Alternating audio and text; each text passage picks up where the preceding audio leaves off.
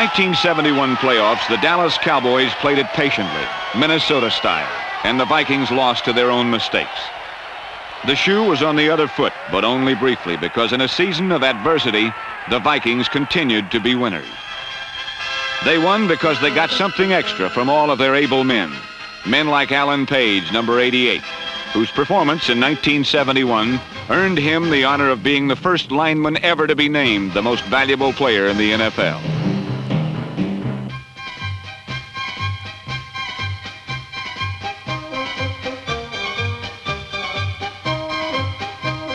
While Page played with matchless ability, Bob Grimm was the little engine that could, picking up a ton of slack after the injury to Gene Washington. After the season, Grimm was a part of the trade for Fran Tarkenton, and to his credit, it was as much his Viking attitude as his ability that made him attractive to the New York Giants.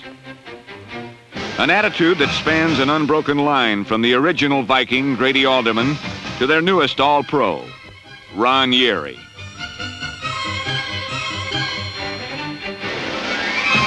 Stu Voigt, with his soft hands, stepped into the open, easing the year-long loss of tight end John Beasley. Dave Osborne's sore knee was not so worrisome after Clinton Jones stepped near the head of his class among running backs in the NFL.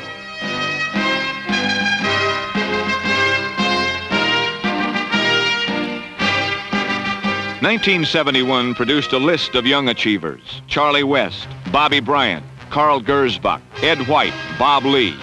All of them proved to be the kind of players Bud Grant described back in 1967, in the beginning, when he said the Vikings must be men who are respected as much for their ability as for their willingness to give something extra.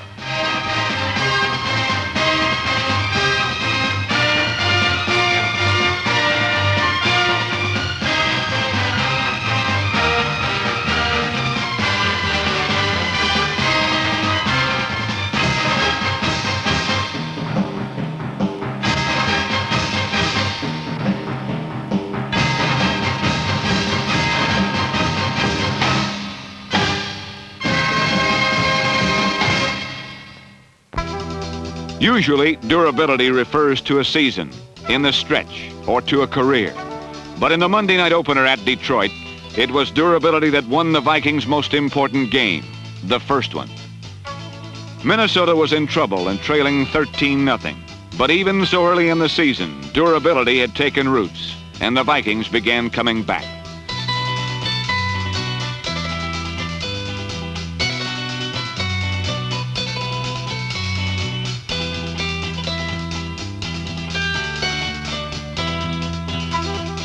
With hard resolution and with about 6 good legs between them, the offensive line plugged into the Detroit rush like feeding sharks, and Mick Tingelhoff, Ed White, Grady Alderman, Doug Davis, Milt Sunday, and Ron Yeri bought the necessary time. Quazzo spent it prudently, getting the Vikings on the board before halftime. Bob Grimm, Ed White, and the other stand-ins were proving their worth. The Vikings still trailed, but closer, and the air raid continued.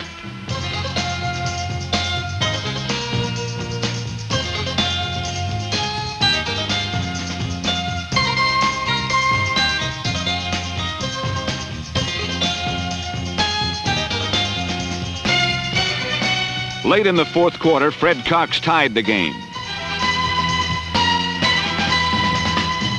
The game breaker came from Bill Brown. Although the 10th leading lifetime rusher in the NFL did not carry the football that night, he hung Lem Barney high enough for Carl Kasulke to splatter it loose. And it was an old pro's willingness to go on special teams that represented the difference between the Vikings and the Lions on opening night.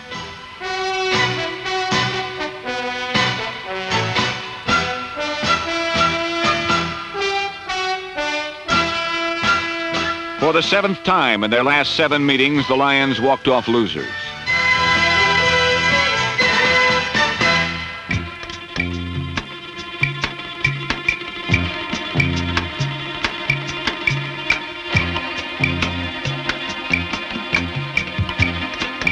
The next week, Bob Grimm rolled through the Bears for 58 minutes. But the seldom smile was lost when Kent Nix hit Dick Gordon twice for touchdowns in the final minutes.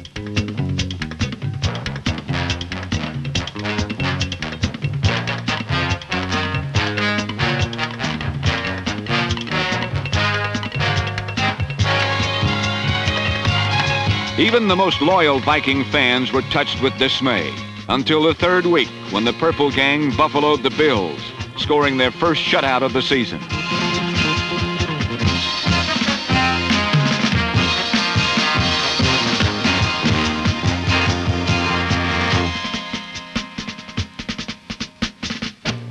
In Philadelphia, the Vikings continued their attention to the 100 tiny details that win football games.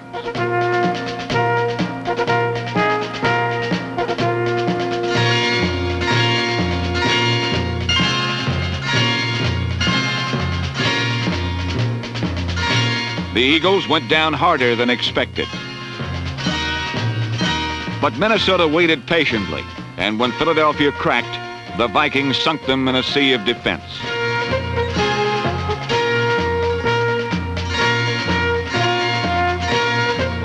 While the Philadelphia win was most satisfying for the ex-Eagle Carl Gersbach, it was in the fifth game at Green Bay that number 56 began to look like a steal from the waiver grab bag.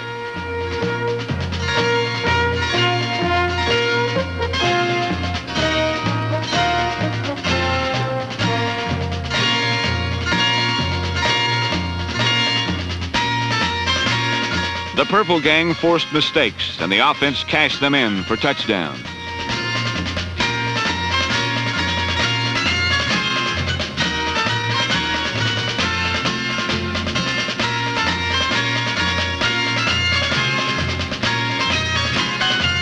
After the game, when Bud Grant spoke to the battered assemblage, he said, "Today we played Viking football." And the Vikings had turned the corner just in time, for next they played the world champion Baltimore Colts before a Monday night television audience, in a game the Colts wanted dearly to win. Minnesota struggled to a 10-0 third period advantage, with number 83, Stu Voigt, carrying most of the offensive load, leading up to Dave Osborne's short touchdown run.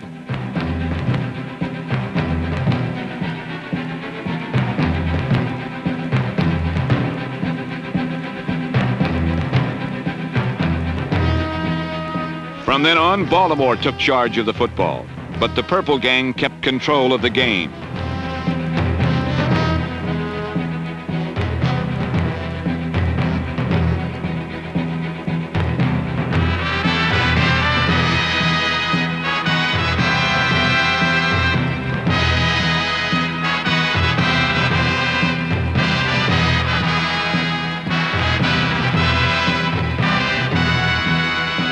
In the end, not even the masterful John Unitas could save the Colts.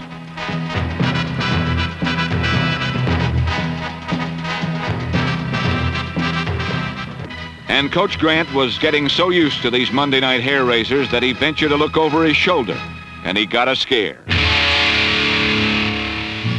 It was Halloween in New York, and the Giants were acting like giants. Until the final minute when Norm Snead and Bob Grimm combined for the Vikings' 6th win in 7 games. But Grant's frightful premonition came true the following week, when the Vikings dropped a game to the 49ers by a thin margin.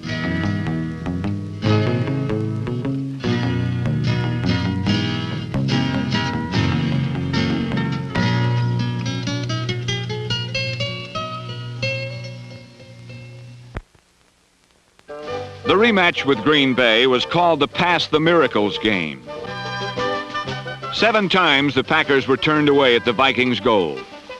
2 goal line stands spearheaded by Wally Hilgenberg, 3 goal line interceptions, 1 by number 22 Paul Krause, 2 by Charlie West. A goal line fumble caused by Jim Marshall, recovered by Paul Krause, and a blocked field goal by Carl Gersbach preserved the Vikings' thin 3-point victory.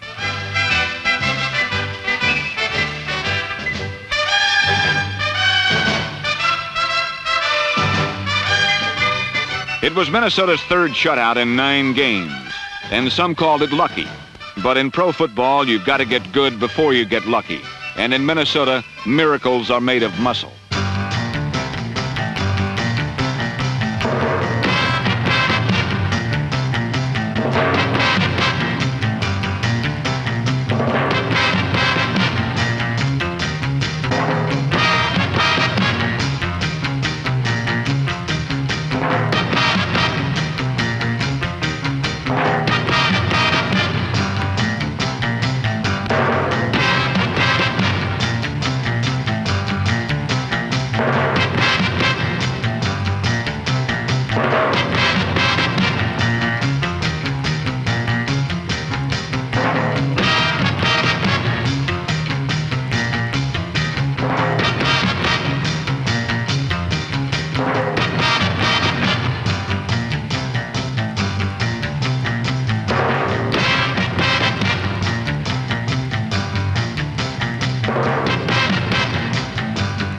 When you come to play Minnesota, you expect to get your dishes rattled.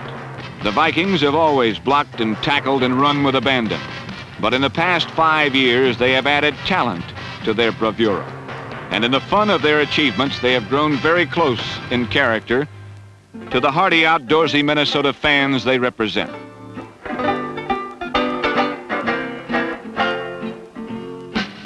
While the game has grown elsewhere as a spectacle in Romanesque proportions,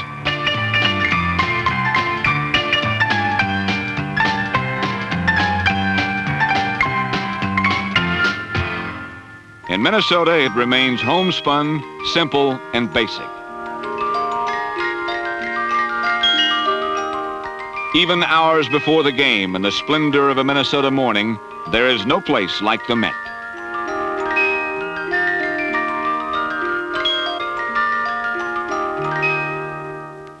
Although the styles vary between cities, it's the athletes that make the difference on the gridiron.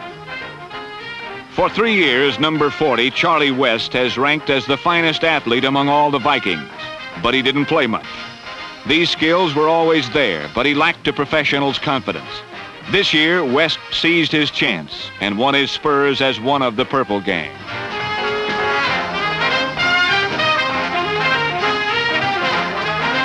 He led the Vikings in interceptions, and just to prove that people were correct in expecting more of Charlie West, he starred as a return man on the special teams.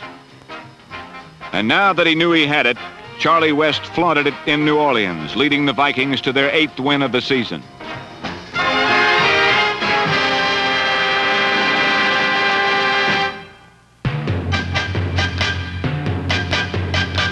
Returning to more comfortable weather, the Vikings took on Norm Van Brocklin's hard-nosed Falcons, and Atlanta's fate was written in the mud by Minnesota running backs.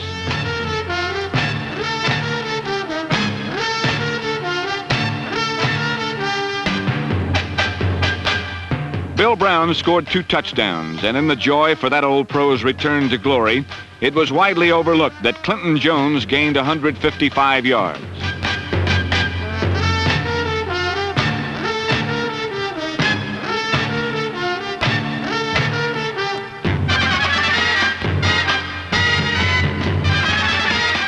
Although Jones' statistics were not spectacular, the man with all the muscles and all the moves made it clear that he has arrived and that he will be a threat to gain more than 1,000 yards in the years ahead.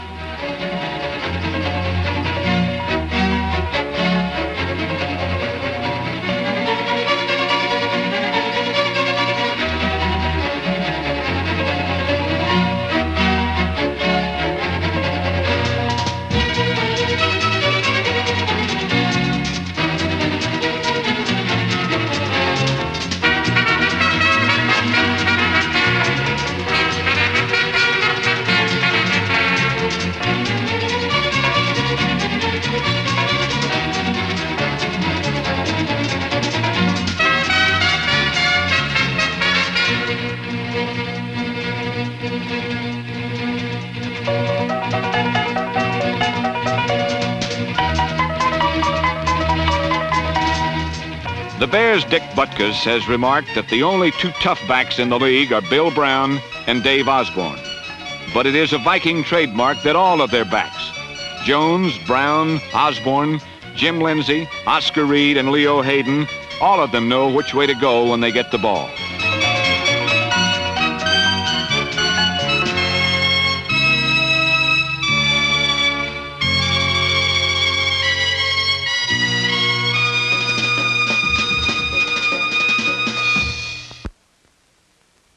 A loss in San Diego set up a showdown with the Lions in the 13th game of the season.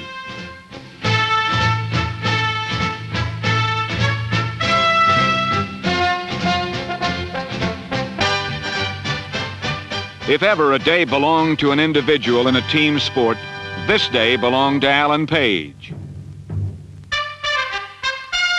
Page made kindling of the Lion offensive front wall. The rest of the Vikings followed his example, and the result was a rout. For the 4th time in 4 years, the Vikings were champions of the most traditionally competitive division in pro football. It is fitting that this day should have been won by the defense. For all of Minnesota's winning ways are polarized in the defense led by Captain Jim Marshall. Pro football may have been invented specifically for number 70 to play. The match is that perfect. And it should give no one comfort to know that he is now summoning himself to become a karate champion, which should make for some interesting pictures next year of Jim Marshall pulverizing quarterbacks with his feet.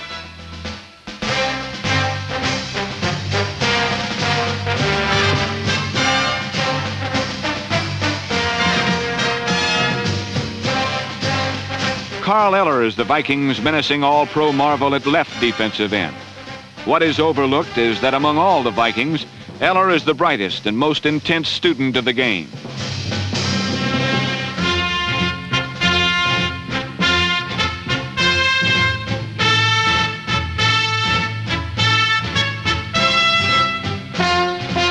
Number 77, Gary Larson, is the very professional policeman up front who picks up after the other three. Larson gels the line as a unit.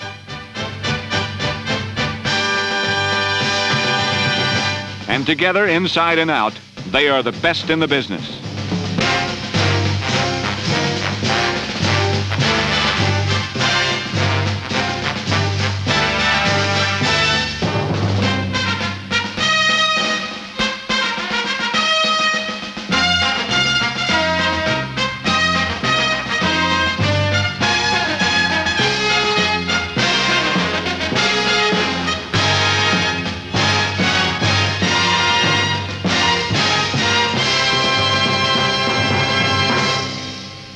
Minnesota's headlong front four is balanced by its conservative deep secondary. Number 45, Ed Schirachman, is the dean of the cornerbacks.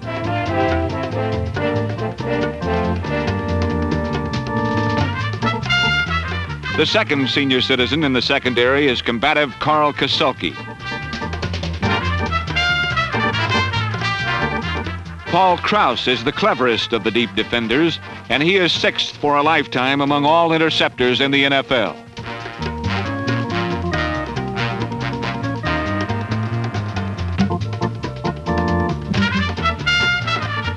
Number 20, Bobby Bryant, plays a faultless corner.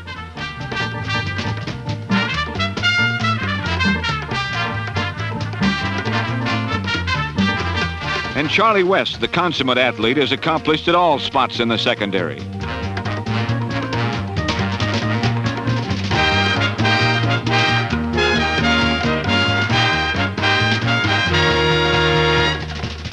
But the defense hinges on the linebackers.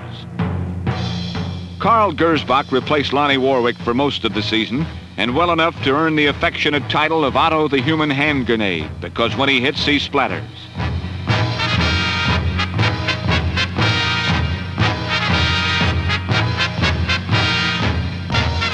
Number 58, Wally Hilgenberg, was another gem from off the waiver list who has done steady time for the Vikings since 1968. Roy Winston, number 60, is easily hidden behind the crouching lineman, but when the ball is snapped, he looms much larger.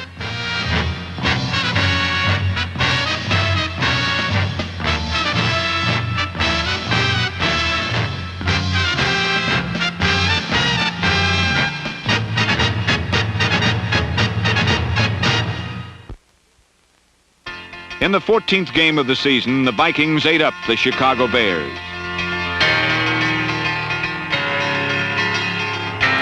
Another tight end, Bob Brown, number 89, showed he will have a hand in the future.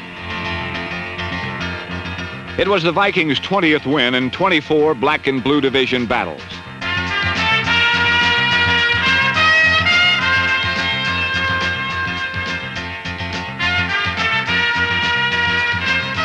And all in all, everybody had a hand in the victory, which is the way Bud Grant likes it.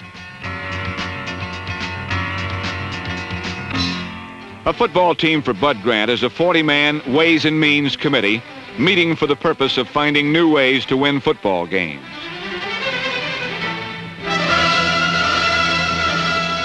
The Vikings have never looked disparagingly at the ways they have won. And for Grant's part, he would like to see more new and unusual avenues explored in every game.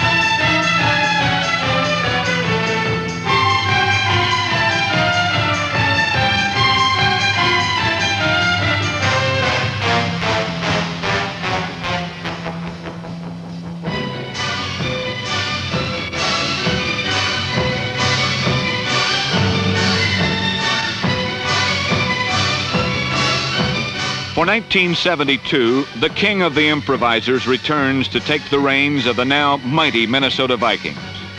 When Fran Tarkenton left the Vikings in 1967 in return for Clinton Jones, Bob Grimm, Ron Yeri, and Ed White, both he and the Vikings lacked the necessary maturity to be a winner in the NFL. But now reunited in their prime, it is thought that Bud Grant's Ways and Means Committee may extend its schedule this year to include Super Bowl VII.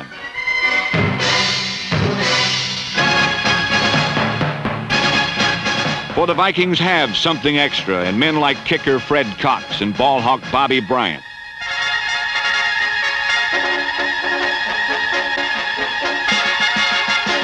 Fred Cox, like Mick Tingelhoff and others, made it with the Vikings on a second try because they refused to quit.